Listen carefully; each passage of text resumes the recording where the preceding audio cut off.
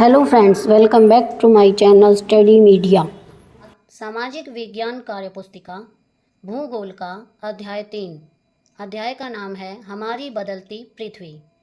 पिछली वीडियो में मैंने आपको अध्याय 2 हमारी पृथ्वी के अंदर पाठ के अभ्यास का हल करवाया था।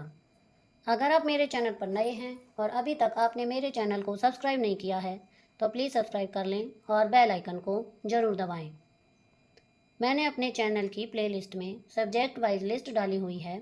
आप जिस भी लेसन को देखना चाहते हैं मेरे चैनल की प्लेलिस्ट में जाकर उसे देख सकते हैं। तो चलिए अब हम पाठ की शुरुआत करते हैं। हमारी बदलती पृथ्वी। पृथ्वी की सतह पर निरंतर परिवर्तन होते रहते हैं। कभी कभी ये परिवर्तन भूपृष्ठ के नीचे भूकंप अथवा ज्वालामुखी क्रिया के कारण होते हैं। इसके अतिरिक्त कुछ परिवर्तन धीरे धीरे अपक्षय, अपर्दन तथा मानवीय क्रियाओं द्वारा भी होते हैं। अर्थात पृथ्वी के बदलते स्वरूप के लिए प्रकृति और मानव दोनों उत्तरदायी हैं। क्रियाकलाप 1। पहला प्रश्न, पृथ्वी की सतह पर तुम्हें क्या परिवर्तन दिखाई देते हैं? सूची बनाओ। इसमें हम लिखेंगे भूकंप, ज्वालामुखी, अपर्दन, अपक्षय व मानवीय क्रियाकलाप के कारण मौसम, जलवायु, तापमान व मृदा के गठन में बदलाव। दूसरा प्रश्न है, उन्हें अलग लिखो जो मनुष्य के कारण तथा जो प्रकृति के कारण हो रहे हैं। तो इसमें हम लिखेंगे प्राकृतिक कारण, वे हैं भूकंप, अपर्दन, अपक्षय और ज्वालामुखी। मानवीय कारण, वनों को काटना, बम विस्फोट और खनन। ये चित्र दिया गया है, इसमें है धरती कांपी और सारा देश कांप उठा। नगर संवाददाता अहमदाबाद। गुजरात में भूकंप से विध्वंस और मौत का जो तांडव देखने को मिला यह रोंगटे खड़े करने वाला है। यहाँ गुजरात में 2001 में भूकंप आया था। अब है क्रियाकलाप 2। पहला प्रश्न, अखबार में छपे इस समाचार को पढ़कर बताओ यह किस बारे में है। इसका उत्तर है भूकंप। दूसरा प्रश्न है, चित्र देखकर भूकंप से होने वाले विनाश की सूची बनाओ। पहला है मकान, इमारतें ढह गए, पूरे क्षतिग्रस्त हो गए। नंबर 2, पेड़ पौधे, जीव जंतु और मनुष्य भी मलबे में दब गए। नंबर 3, बिजली के खंभे तथा तार टूट गए। तीसरा प्रश्न है, कल्पना करो अगर तुम्हारे निवास स्थान पर भूकंप आ जाए तो क्या क्या हानियां होंगी। पहला है घर मकान क्षतिग्रस्त होंगे। नंबर 2, बिजली व्यवस्था प्रभावित होगी। नंबर 3, भूकंप से भूमि बंजर हो जाएगी। और नंबर 4, पेड़ पौधे, जीव जंतु मारे जाएंगे। क्रियाकलाप 3, आओ जाने भूकंप क्यों आता है। ये चित्र दिया गया है, नीचे है 35 किलोमीटर की गहराई पर प्लेटें टकराने से आया भूकंप। अहमदाबाद।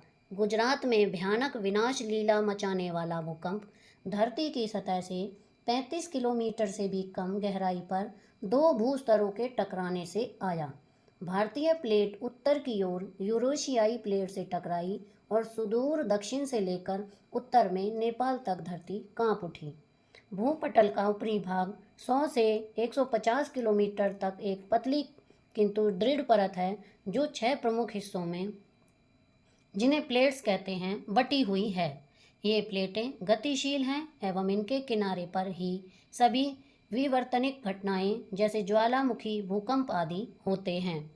पहला प्रश्न, तुम्हारे अनुसार गुजरात में भूकंप की उत्पत्ति का क्या कारण था। उत्तर है 35 किलोमीटर से भी कम गहराई पर दो भूस्तरों के टकराने से। दूसरा प्रश्न है, प्लेट किसे कहते हैं। उत्तर है पृथ्वी परतों से बनी जिन्हें प्लेट कहते हैं। तीसरा है, सभी विवर्तनिक घटनाएं जैसे भूकंप, ज्वालामुखी आदि कहाँ संपन्न होती हैं। उत्तर है भूपटल का ऊपरी भाग 100 से 150 किलोमीटर तक एक पतली परत है, प्रमुख हिस्सों में बटी हुई है। ये प्लेट गतिशील है। प्रश्न 4, भूकंप आने पर तुम बचाव के लिए कौन कौन से तरीके अपनाओगे। उत्तर है नंबर 1, सुरक्षित स्थान रसोई के काउंटर या मेज के नीचे। नंबर 2, दीवार के अंदरूनी कोने में। नंबर 3, आग लगने वाले स्थान व चिमनी आदि से दूर रहें। क्रियाकलाप 4, भारत में भूकंप प्रभावित क्षेत्र मानचित्र में दर्शाए गए हैं। इनको ध्यान से पढ़ो और समझो। यहाँ पर ये भारत का मानचित्र है। जो भूकंप प्रभावित क्षेत्र हैं, जो जोन 5 में आते हैं, वो काले रंग के हैं, सबसे ज़्यादा प्रभावित। तो वो हैं गुजरात, उत्तराखंड, सिक्किम, अरुणाचल प्रदेश, नागालैंड, मणिपुर और मिजोरम। दूसरा प्रश्न है, लाल रंग से अधिक प्रभावित क्षेत्र। तो उसमें जोन 4 देखिए अधिक, जहाँ पर ये आड़ी लाइनें हैं वो जोन 4 में आते हैं, और जो जोन 3 में है वो सामान्य है। जोन 2 में जहाँ बिंदी बिंदी लगी हुई हैं वो न्यून में आते हैं, और जोन 1 है बिल्कुल न्यूनतम, जिसमें खड़ी लाइनें हैं, वो सबसे कम है। तो उपर्युक्त मानचित्र की सहायता से नीचे लिखे हुए क्षेत्र दिए गए भारत के मानचित्र में दर्शाओ। मैंने यहाँ पर आपको ये निशान लगाए हुए हैं, आप इसमें से देखकर इन्हें कर सकते हैं। भूकंप प्रभावित क्षेत्र जो सबसे ज़्यादा प्रभावित होते हैं वो हैं अरुणाचल प्रदेश, नागालैंड, मणिपुर, मिजोरम, त्रिपुरा और गुजरात। आगे है दूसरा प्रश्न, वे कौन कौन से राज्य हैं जो अत्यधिक भूकंप प्रभावित जोन में आते हैं। इसमें हम लिखेंगे गुजरात, हिमाचल प्रदेश, मणिपुर, नागालैंड, जम्मू और कश्मीर। तीसरा प्रश्न है, मानचित्र पर अपना राज्य पहचान कर लिखो कि यह कौन से भूकंप प्रभावित जोन में आता है। इसमें हम लिखेंगे जोन 4 में आता है। क्रियाकलाप 5, हमने भूकंप के बारे में जाना, उसी तरह ज्वालामुखी के संदर्भ में जानकारी दी जा रही है। इसे ध्यान से पढ़ो और समझो। यहाँ पर देखिए, ये समुद्र तल, खाइयाँ, ज्वालामुखी, धरातल, कम घनत्व वाली प्लेट, अधिक घनत्व वाली प्लेट, प्लेट का धसाव, अधिक घनत्व वाली प्लेट कम घनत्व वाली प्लेट के नीचे धंस जाती है, और अधिक गहराइयों पर चट्टानों का अत्यधिक तापमान होने के कारण पिघलना। अब पहला प्रश्न है, इस चित्र को ध्यान से देखकर बताओ कि अधिकांश ज्वालामुखी 2 प्लेटों की सीमा पर क्यों पाए जाते हैं। इसका उत्तर है क्योंकि ये प्लेट सीमाएं पृथ्वी की ऊपरी परत में दरार उत्पन्न हेतु कमजोर स्थल उपलब्ध करा देती हैं। दूसरा प्रश्न है, क्या कारण है कि ज्वालामुखी के निकटवर्ती क्षेत्र में भूकंप के झटके महसूस होते हैं। इसका उत्तर है, कई बार ज्वालामुखी की ऊपरी कड़ी में विरोध चट्टानों के अवरोध के कारण लावा बाहर नहीं आ पाता, जिस कारण ऊपर की चट्टानों में कंपन होता है। तीसरा प्रश्न है, विश्व के प्रमुख ज्वालामुखी पर्वतों के नाम पता करो तथा बताओ कि वे किस देश में स्थित हैं। ज्वालामुखी पर्वत और देश का नाम, माउंट एटना ये इटली में है, माउंट रेनियर यह संयुक्त राष्ट्र अमेरिका में है, कैमरून ये पश्चिमी अमेरिका में है, माउंट ताल ये फिलीपींस में है। क्रियाकलाप 6, पहला प्रश्न, चित्र में दर्शाए गए पेड़ पौधे शैलों तथा भवन पर कैसे प्रभाव डालेंगे। ये देखिए 2 चित्र दिए गए हैं यहाँ पर। उत्तर है, शैलों तथा भवन में जैसे जैसे पौधा बड़ा होगा दरार आ जाएगी, जिससे भवन कमजोर होगा। शैलों में पौधों की जड़ें फैलने से क्या परिवर्तन होता है।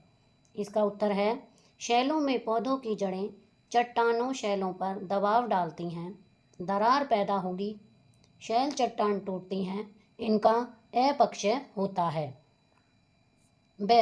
इसके द्वारा शैल किस रूप में परिवर्तित होगी। उत्तर है, अपक्षय के कारण अवसादी शैलों का निर्माण होता है। अपक्षय तथा अपर्दन के कारण पृथ्वी की सतह पर पाई जाने वाली भू आकृतियाँ बताओ एवं संभव चित्र बनाओ। उत्तर है, पहला जलप्रपात, दूसरा बाढ़कृत मैदानों में नदी द्वारा बनी स्थलाकृतियाँ, नंबर 3 डेल्टा, नंबर 4 समुद्री तरंगों के कारण, नंबर 5 हिमनद के कारण और पवन के कारण। आप यहाँ पर चित्र पुस्तक में से देखकर बना सकते हैं। दूसरा प्रश्न है, सबसे अधिक अपर्दन पर्वतीय पहाड़ी क्षेत्रों में ही क्यों होता है, चर्चा करके लिखो।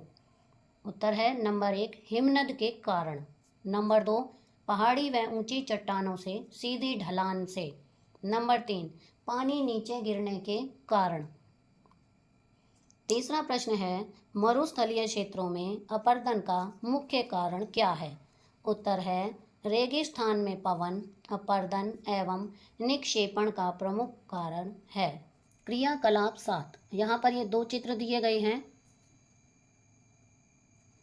नीचे है, नदी ऊंचाई वाले स्थानों, पर्वत और पहाड़ से बहकर समुद्र में मिलती है।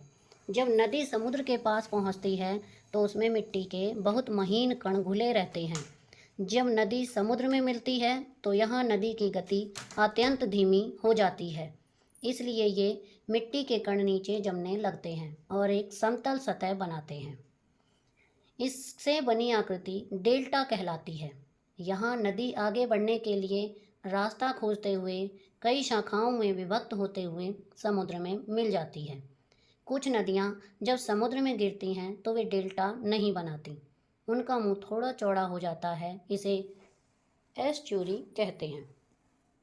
पहला प्रश्न है, भारत की उन नदियों के नाम पता करो जो डेल्टा बनाती हैं।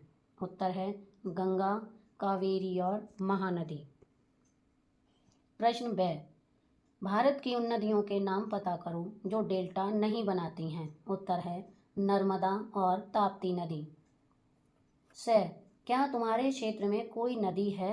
यदि हाँ तो पता करो वह किस झील, तालाब या नदी में मिलने से पूर्व किस प्रकार की आकृति बनाती है।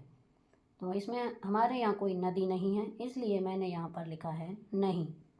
नीचे दिए गए चित्र में डेल्टा कहाँ बन रहा है, घेरा बनाकर दर्शाओ।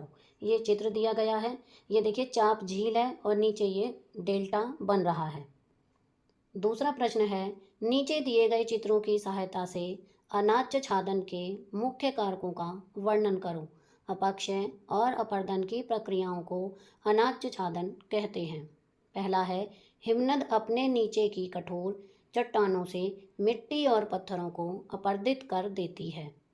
दूसरा है, जब नदी किसी खड़े ढाल वाले स्थान से अत्यधिक कठोर शैल या खड़े ढाल वाली घाटी में गिरती है तो वह जलप्रपात बनाती है। ये चित्र दिए गए हैं। तो इसके साथ ही हमारा अध्याय 3 का अभ्यास का कार्य पूरा हो गया है। अगली वीडियो में मैं आपको अध्याय 4 वायु पाठ के अभ्यास का हल करवाऊंगी। तो आपको मेरी ये वीडियो कैसी लगी मुझे कमेंट करके ज़रूर बताएं। प्लीज़ मेरे चैनल को लाइक करें, शेयर करें और सब्सक्राइब करना ना भूलें। Thank you.